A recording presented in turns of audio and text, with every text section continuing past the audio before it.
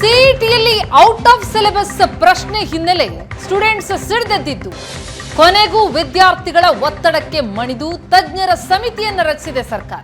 ಇದು ಏಷ್ಯಾನೆಟ್ ಸುವರ್ಣ news big impact. ನಿನ್ನೆ ಬಹಳ ದೊಡ್ಡ ಮಟ್ಟದಲ್ಲಿ ಎಬಿವಿಪಿ ಮತ್ತು ವಿದ್ಯಾರ್ಥಿಗಳು ಸೇರಿ ಪ್ರತಿಭಟಿಸಿದ್ರು. ಔಟ್ ಆಫ್ ಸಿಲೆಬಸ್ ಪ್ರಶ್ನೆ ಬಗ್ಗೆ ಸುವರ್ಣ ನ್ಯೂಸ್ ನಿರಂತರ ವರದಿ ಮಾಡಿತು. ಏಷ್ಯಾನೆಟ್ ಸುವರ್ಣ ನ್ಯೂಸ್ನ ವರದಿಯ ಬೆನ್ನಲ್ಲೇ ಸರ್ಕಾರ ಎಚ್ಚೆತ್ತುಕೊಂಡಿತು. ಈಗ ಮುಂದಿನ ಹಂತಕ್ಕೆ ತನಿಖಾ ಸಮಿತಿಯನ್ನು ಮಾಡಿದೆ. ಔಟ್ ಆಫ್ ಸಿಲೆಬಸ್ ಪ್ರಶ್ನೆಗಳಿಂದ ವಿದ್ಯಾರ್ಥಿಗಳು ಕಕ್ಕಾಬಿಕ್ಕಿಯಾಗಿದ್ರು. ಗಣಿತ, ಜೀವಶಾಸ್ತ್ರ, ಭೌತಶಾಸ್ತ್ರದಲ್ಲಿ ಪಠ್ಯೇತರ ಪ್ರಶ್ನೆಗಳನ್ನು ಕೇಳಿದ್ದಕ್ಕೆ ವಿದ್ಯಾರ್ಥಿಗಳು ಸಿಡಿದೆದ್ದಿದ್ರು. ಸಿಇಟಿ ಪ್ರಾಧಿಕಾರದ ವಿರುದ್ಧ ವಿದ್ಯಾರ್ಥಿಗಳು ಆಕ್ರೋಶವನ್ನ ಹೊರಹಾಕಿದ್ರು. ಈ ಬಗ್ಗೆ ಹೆಚ್ಚಿನ ಡೀಟೇಲ್ಸ್ ಅನ್ನ ಕೊಡ್ತಾರೆ ನಮ್ಮ ಪ್ರತಿನಿಧಿ ನಂದೀಶ್ ಸಂಪರ್ಕದಲ್ಲಿದ್ದಾರೆ. ನಂದೀಶ್, ವಿದ್ಯಾರ್ಥಿಗಳ ಸಿಟ್ಟಿಗೆ ಇದು ಕಾರಣ ಆಗಿತ್ತು. ಈ ಕ್ರಮದ ವಿರುದ್ಧ ಸಿಡಿದೆದ್ದಿದ್ರು ವಿದ್ಯಾರ್ಥಿಗಳು. ಈಗ ಸರ್ಕಾರ ತೆಗೆದುಕೊಂಡಂತಹ ಕ್ರಮ ಏನು ಈ ವಿಚಾರವಾಗಿ?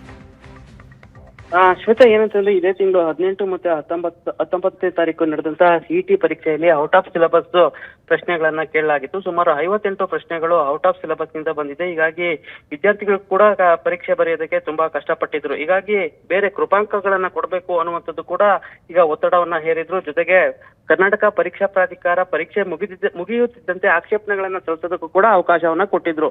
ಬರೀ ಆಕ್ಷೇಪಣೆ ಸಲ್ಲಿಸೋದಕ್ಕೆ ಅವಕಾಶ ಮಾಡಿಕೊಟ್ರೆ ಸಾಕಾಗಲ್ಲ, ಇದಕ್ಕೆ ಪರ್ಯಾಯವಾಗಿ ಏನಾದ್ರೂ ಒಂದು ನಿರ್ಧಾರ ಕೈಗೊಳ್ಳಬೇಕು ಅನ್ನುವಂತ ಒಂದು ಒತ್ತಡವನ್ನ ನಿನ್ನೆ ಎಬಿವಿಪಿ ವಿದ್ಯಾರ್ಥಿಗಳು ಕರ್ನಾಟಕ ಪರೀಕ್ಷಾ ಪ್ರಾಧಿಕಾರದ ಮುಂದೆ ಬೃಹತ್ ಮಟ್ಟದಲ್ಲಿ ಪ್ರತಿಭಟನೆಯನ್ನ ನಡೆಸಿದ್ರು. ಇದಕ್ಕೆ ಸರ್ಕಾರ ಮಣಿದು ಕೂಡಲೇ ತಜ್ಞರ ಸಮಿತಿಯನ್ನ ರಚಿಸಿ ಆದೇಶ ಹೊರಡಿಸಿರುವಂತದ್ದು.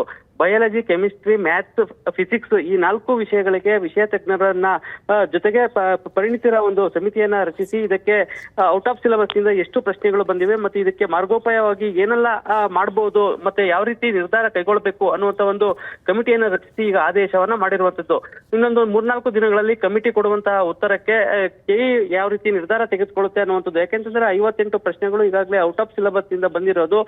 ಕೃಪಾಂಕಗಳನ್ನ ಕೊಡ್ತಾರಾ ಅಥವಾ ಮರುಪರೀಕ್ಷೆಯನ್ನ ಮಾಡಬೇಕಾಗುತ್ತಾ ಅನ್ನುವಂಥದ್ದು ಕೂಡ ಈಗ ಸರ್ಕಾರ ನಿರ್ಧಾರ ತೆಗೆದುಕೊಳ್ಬೇಕಾಗುತ್ತೆ. ಅಲ್ಲಿವರೆಗೂ ಕೂಡ ಈ ಒಂದು ಏನ್ ಫಲಿತಾಂಶ ಇದೆ, ರ್ಯಾಂಕಿಂಗ್ ಇದೆ, ಅದನ್ನ ಓಲ್ಡ್ ನಲ್ಲಿ ಇಟ್ಟಿರ್ತೇವೆ ಅನ್ನುವಂತ ಒಂದು ಮಾಹಿತಿ ಕೂಡ ಈಗ ಸಿಗ್ತಾ ಇರುವಂತದ್ದು. ಹೀಗಾಗಿ ಇವತ್ತು ಎಬಿವಿಪಿ ಮತ್ತೊಮ್ಮೆ ವಿಷಯ ತಜ್ಞರು, ಶಿಕ್ಷಣ ತಜ್ಞರ ಒಂದು ಪೋಷಕರು ಮತ್ತೆ ವಿದ್ಯಾರ್ಥಿಗಳ ಜೊತೆ ಒಂದು ಸಮಾಲೋಚನಾ ಸಭೆ ಕೂಡ ಏರ್ಪಡಿಸಿರುವಂತದ್ದು. ಹೀಗಾಗಿ ನಿರಂತರವಾಗಿ Asianet Suvarna news out of syllabus ವಿಚಾರವಾಗಿ ಸುದ್ದಿಯನ್ನ ಮಾಡಿತ್ತು. ಈಗ ಸರ್ಕಾರ ಕೂಡ ಎಚ್ಚೆತ್ಕೊಂಡು ಪರಿಣಿತಿಯ ಒಂದು ಸಮಿತಿಯನ್ನ, ತಜ್ಞರ ಸಮಿತಿಯನ್ನ ರಚಿಸಿ ಆದೇಶ ಹೊರಡಿಸಿರುವಂತದ್ದು.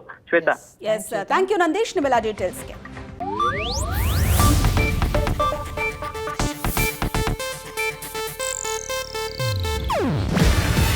ಇದು ಏಷ್ಯಾನೆಟ್ ನ್ಯೂಸ್ ನೆಟ್ವರ್ಕ್ ಪ್ರಸ್ತುತಿ. ನೀವು ನೋಡ್ತಿದ್ದೀರಾ ಏಷ್ಯಾನೆಟ್ ಸುವರ್ಣ ನ್ಯೂಸ್.